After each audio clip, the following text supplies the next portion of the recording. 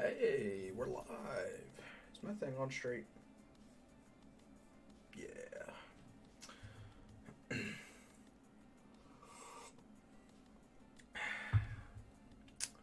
Hope the music isn't too loud.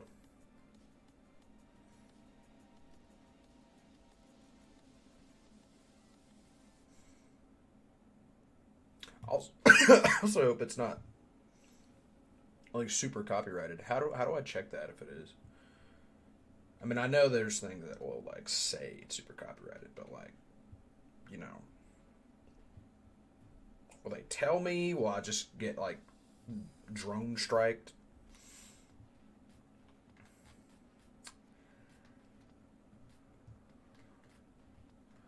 Well, I want to listen to chillwave stuff, so I'm just gonna let this play until I guess until we get drone striked out of the universe.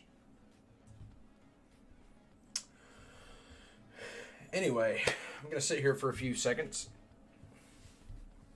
and I don't think anyone's even gonna join in here to watch, but you know, just in case they do, I'll just sit here for a few seconds until some people get in.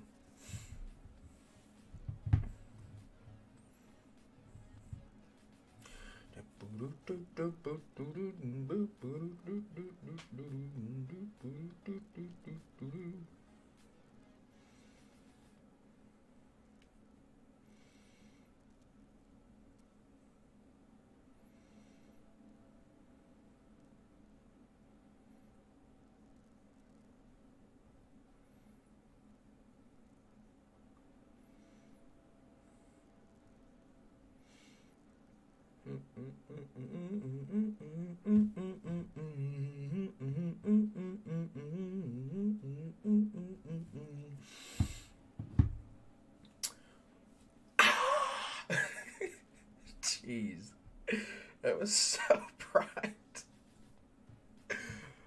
Oh man.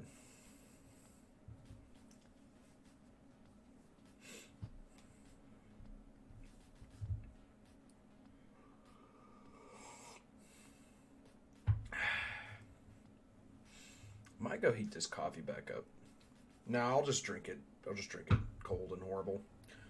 I'm drinking straight black coffee. It's I guess it's not super early. I woke up at like 7 o'clock. But if like I woke up at 7 o'clock, but it feels like I just woke up. Like it's already 11 o'clock.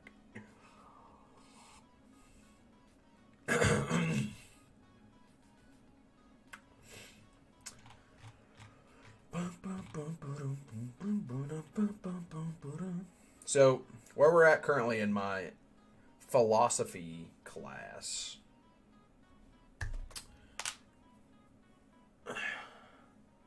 Hold on. I'll get back to that in a second.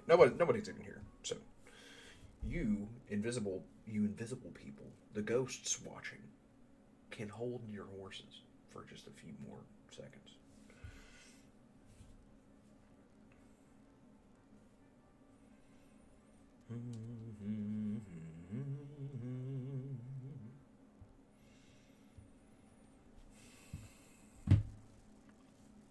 My eyes are just like, you know, like the tired crumblies in your eyes.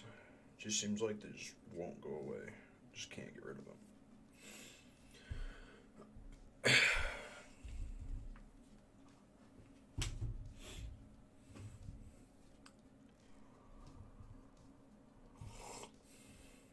So, I'm almost done with my homework, but I was going to do some more reading afterwards. So,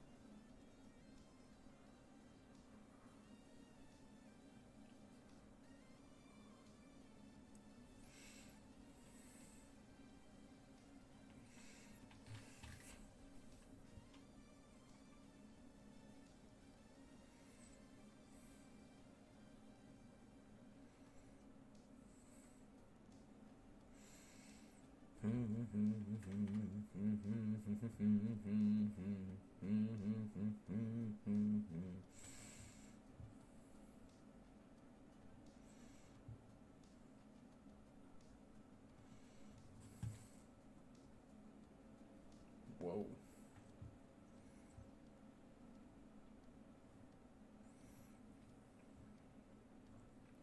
Oh, whoa.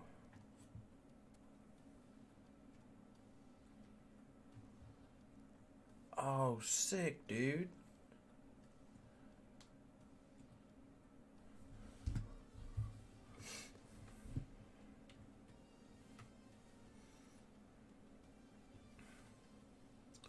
All right. All right, guys, I've got a poll for you.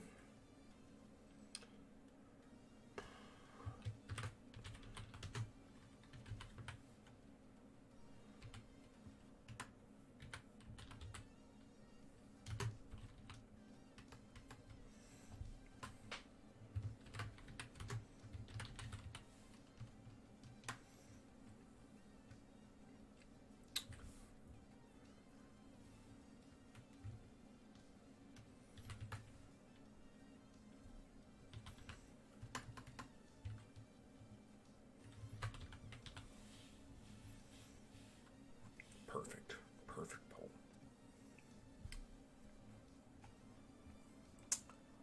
All right, guys. I want y'all to vote yes or no on Steve. What are y'all thinking? Can I vote? Can I vote on my own poll? Will that show up on here? How do I make that show up?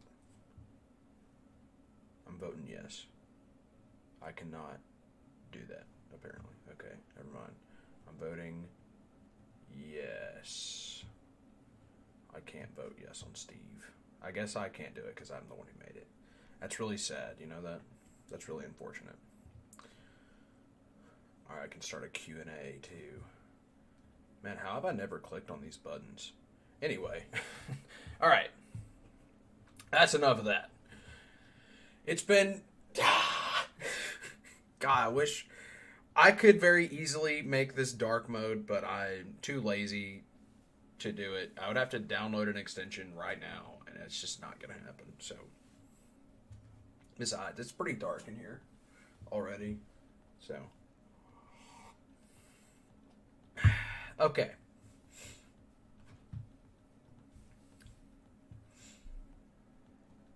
Oh, I didn't realize it wasn't going to capture anything when I did that. Whoops.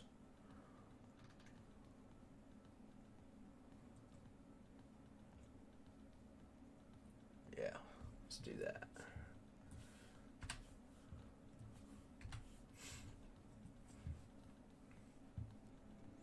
Can I make myself be this entire... I sure can. I know I can. This is the perfect thing to do right now. This is absolutely amazing. This is going to be perfect. Nope.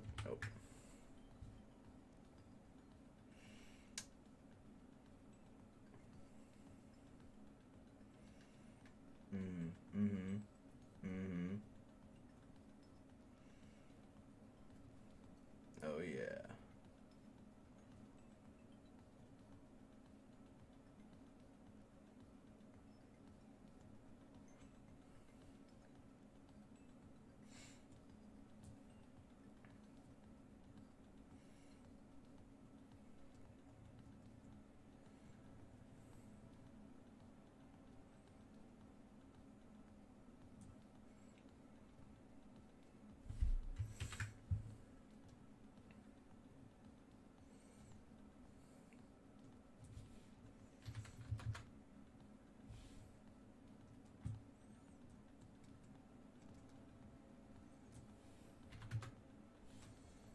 This is perfect.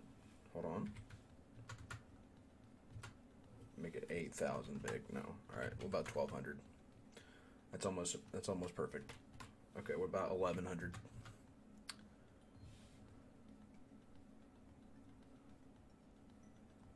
It's almost exactly perfect. This is almost amazing. Hold on. Everybody hold on. Everybody hold your horses. Hold. Keep holding. 500. 700. Done. Yeah.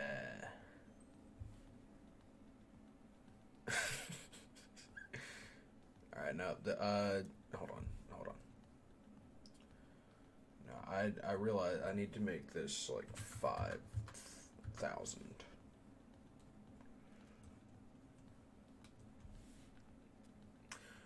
All right. All right, we're ready. Hold on, wait, no. I'll make it a little smaller. Instead of 5,000, let's do 4,700. Perfect. All right, perfect.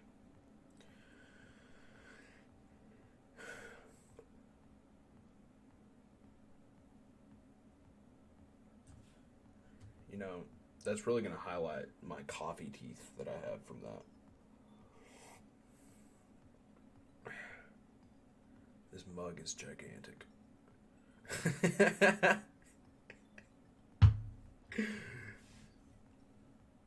All right.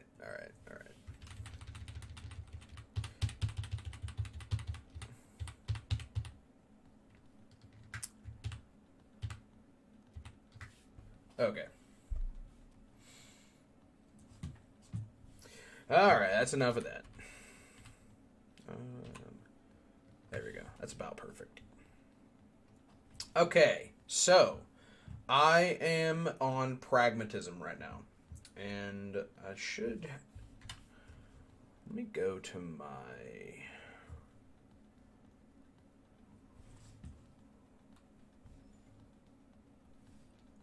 I'm going to put this over here on this side.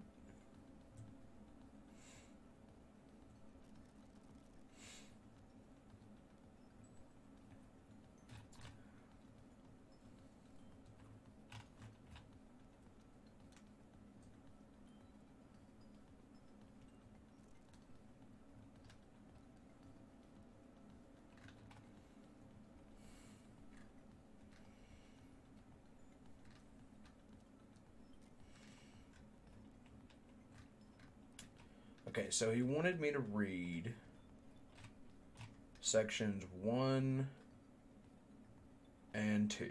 That's what it seems like. Just sections 1 and 2. All right.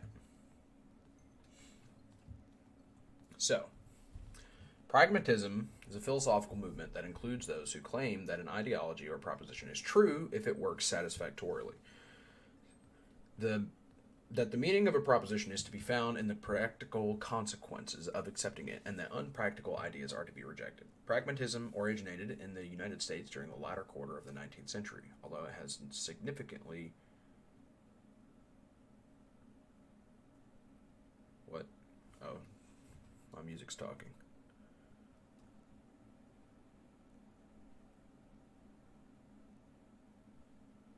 Bruh, I just looked at my bookmarks up there. Those are from so long ago. Like so long ago. Like 2017 or earlier long ago. It's crazy. Anyway.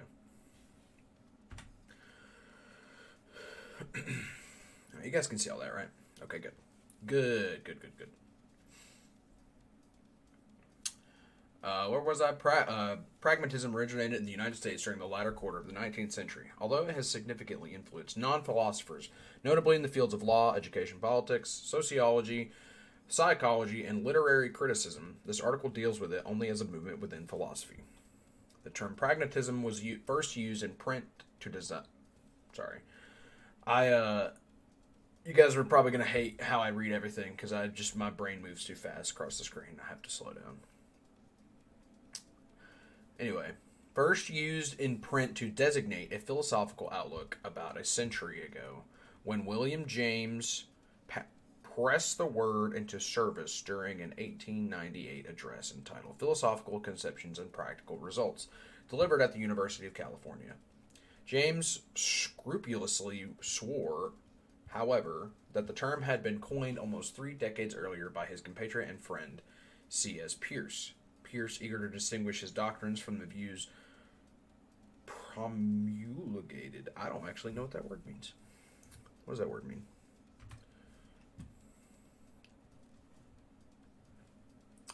Let's go ask our a chat bot.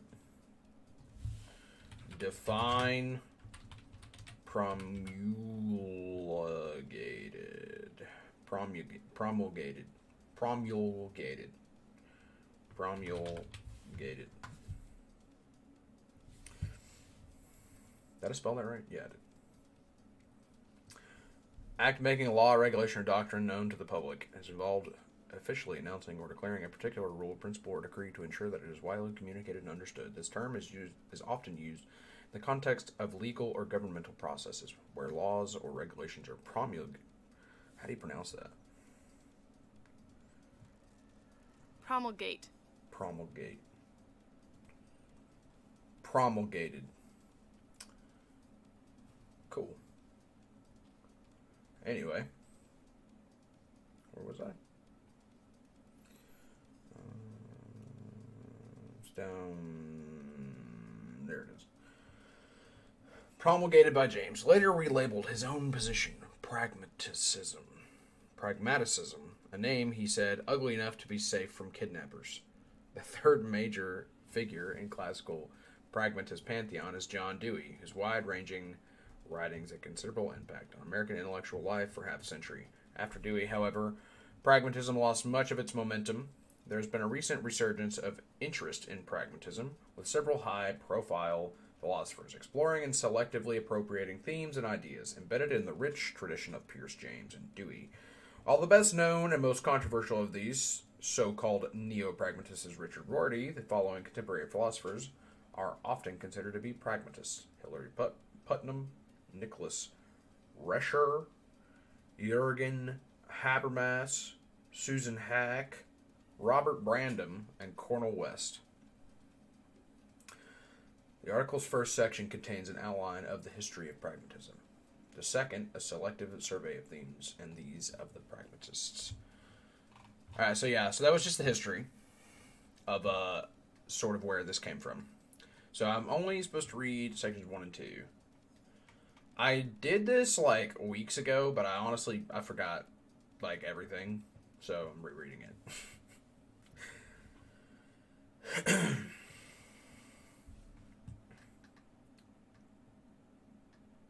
Yeah.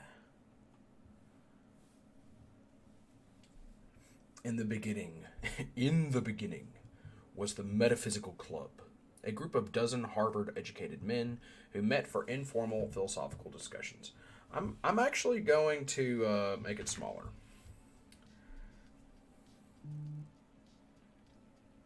I don't know. It seems like the bigger words is just like harder to read. Anyway. During the early 1870s in Cambridge, Massachusetts, club members included positivist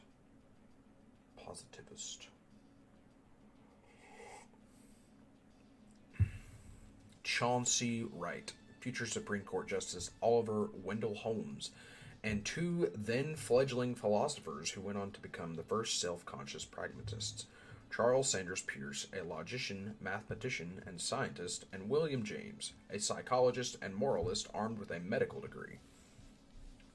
Peirce summarized his own contributions to the Metaphysical Club's meetings in two articles, now regarded as founding documents of pragmatism: The Fixation of Belief and How to Make Our Ideas Clear. James followed Peirce with his first philosophical essay, Remarks on Spencer's Definition of Mind as Correspondence. After the appearance of the Principles of Psychology, James went on to publish The Will to Believe and other essays in popular philosophy. The Varieties of Religious Experience, Pragmatism, a new name for some old ways of thinking, and the Meaning of Truth, a sequel to pragmatism. Dang, pragmatism got a sequel. Hell yeah. Peirce, unfortunately, never managed to publish a magnum opus in which his nuanced philosophical views were systematically expounded. Still, publish he did, though he left behind a mountain of manuscript fragments, many of which only made it into print decades after his death. Peirce and James traveled different paths, philosophically as well as professionally. James, less rigorous but more concrete, became an esteemed public figure and a Harvard professor, thanks to his intellectual range, his broad sympathies, and his Emersonian genius for edifying popularization. He recognized Peirce's enormous creative gifts and did what he could to advance his friend professionally, but ultimately to no avail. anyone else just hear a weird sound? Was that just me?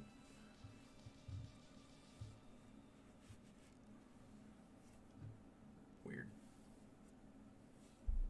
Where was I? Completely just lost myself. Enormous gifts, creative gifts, do what he could to advance professionally, but ultimately to no avail. Professional success within academe,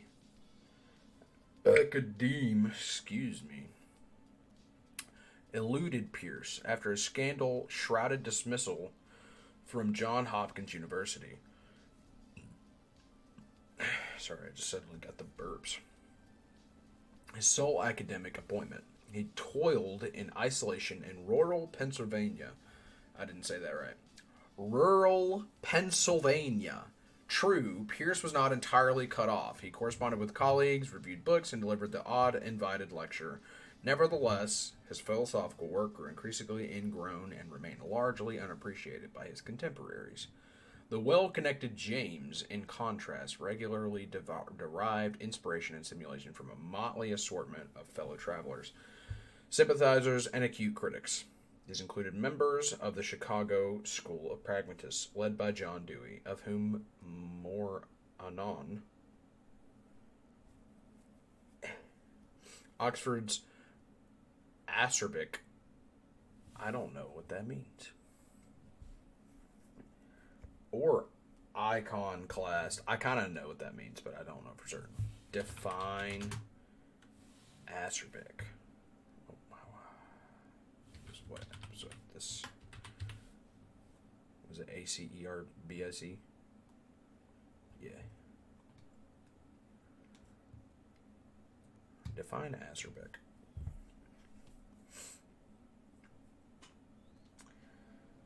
Describe someone's tone, attitude, or remarks as sharp, cutting, or harsh, often in a sarcastic or bitter manner. When a person's speech or writing is described as acerbic, it suggests that their words are critical, caustic, or acidic in nature, conveying a sense of sharpness or severity. The term is commonly used to characterize someone's wit, humor, or criticism as being biting or sharply pointed. I did not know that. So this dude's real fun at parties. Mr. F.C.S. Schiller. What is iconoclast?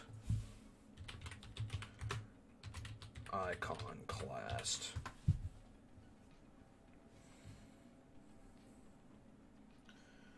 Person who challenges it or overturns traditional beliefs, customs, or institutions, often by engaging in unconventional or unorthodox behavior. The term is frequently used to describe individuals who resist or criticize established norms, traditions, or practices,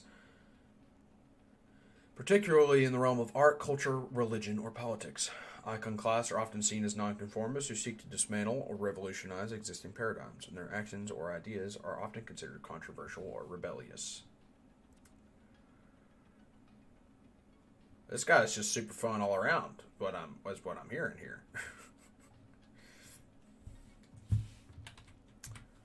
Anyway, thank you, AI overlords. Always appreciate your eyes, your AEs. They cost way more money to run than they get out of it. For now, anyway. Yeah, so Oxford's acerbic iconoclast F.C.S. Schiller, real fun guy, that one, a self-described Protagorean and humanist. Giovanni Papini, leader of a cell of Italian pragmatists, and two of James' younger Harvard colleagues, the absolute idealist Josiah Royce and the poetic naturalist George Santayana, both of whom challenged pragmatism while being influenced by it. It should be noted, however, that Royce was also significantly influenced by Pierce, the final member of the classical pragmatist triumvirate. There's another one I don't know. Define triumvirate.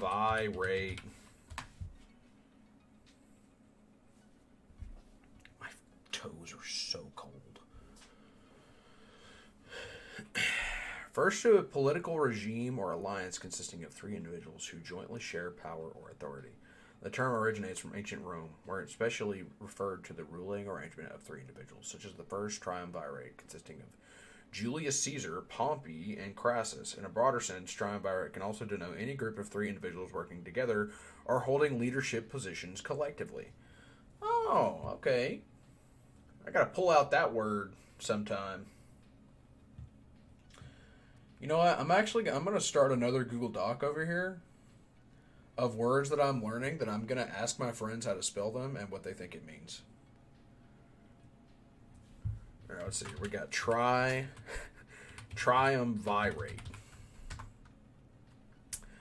We got acerbic. Iconoclast. I didn't spell it right. Iconoclast. Wasn't there another one? It was a promulgate or something. Promulgate. Iconoclast. Oh, it's iconoclast. I didn't even see that. What was it? It was a promulgate. Promulgate. Promulgate. Did I actually just spell that right? Dude. Promulgate. Hell yeah. I completely got sidetracked. I was right here. I got to triumvirate, and I was like, what the hell does that mean? Who had been a graduate student at Johns Hopkins during Pierce's brief tenure there, is in an illustrious career spanning 7 decades. Dang. The dude lived to be... Oh, yeah, he did. He lived to be 92. Wait, no. That's John Dewey. John Dewey lived to be old. Dang, dude. Oh, no, that was Dewey. Okay, yeah, he lived to be 92 years old.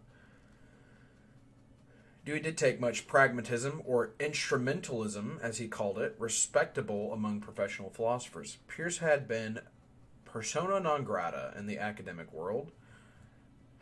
What does that mean?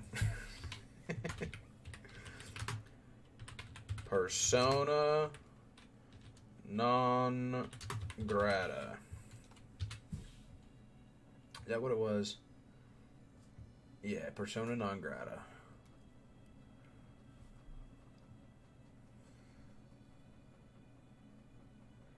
An unwelcome person.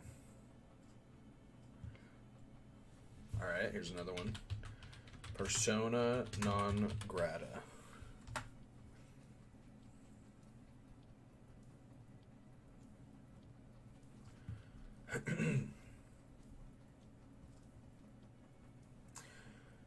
James, an insider, but no pedant. No pedant. What is pedant? I kind of sounds like peasant. Oh, whoops. Define pedant. Okay. Overly concerned with adhering to rules, formalities, and minor details, often to the point of being overly critical or making show of their knowledge. I am a little bit of a pedant then, for my own morals that I'm starting to hate. Pedant.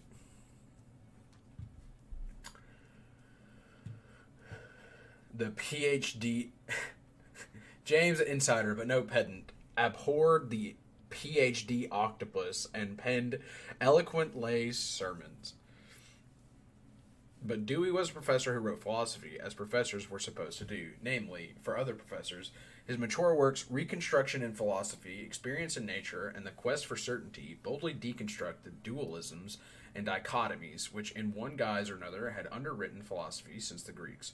According to Dewey, once philosophers give up these time-honored distinctions between appearance and reality, theory and practice, knowledge and action, fact and value, they will see through the ill-posed problems of traditional epistemology and metaphysics, instead of trying to survey the world sub specie aeternitatis. I didn't say that right. What does that mean? Define. Oh, whoops. Define that.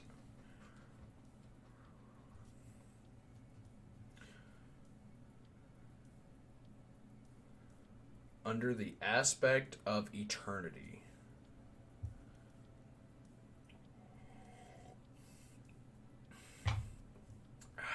God, that's horrible. And it's cold now.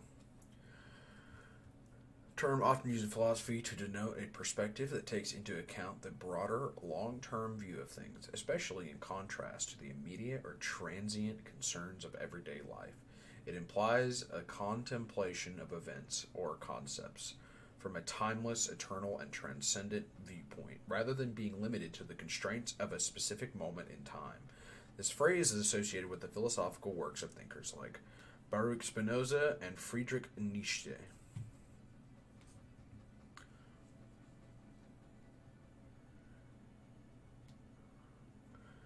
Deweyan philosophers are content to keep their feet planted on terra firma and address the problems of men. That pretty much means to be grounded on earth. To be grounded. Not have your head up in the clouds. Dewey emerged as a major figure during his decade at the University of Chicago, where fellow pragmatist G.H. Mead was a colleague and collaborator. After leaving Chicago for Columbia University in 1904, Dewey became an even more prolific and influential.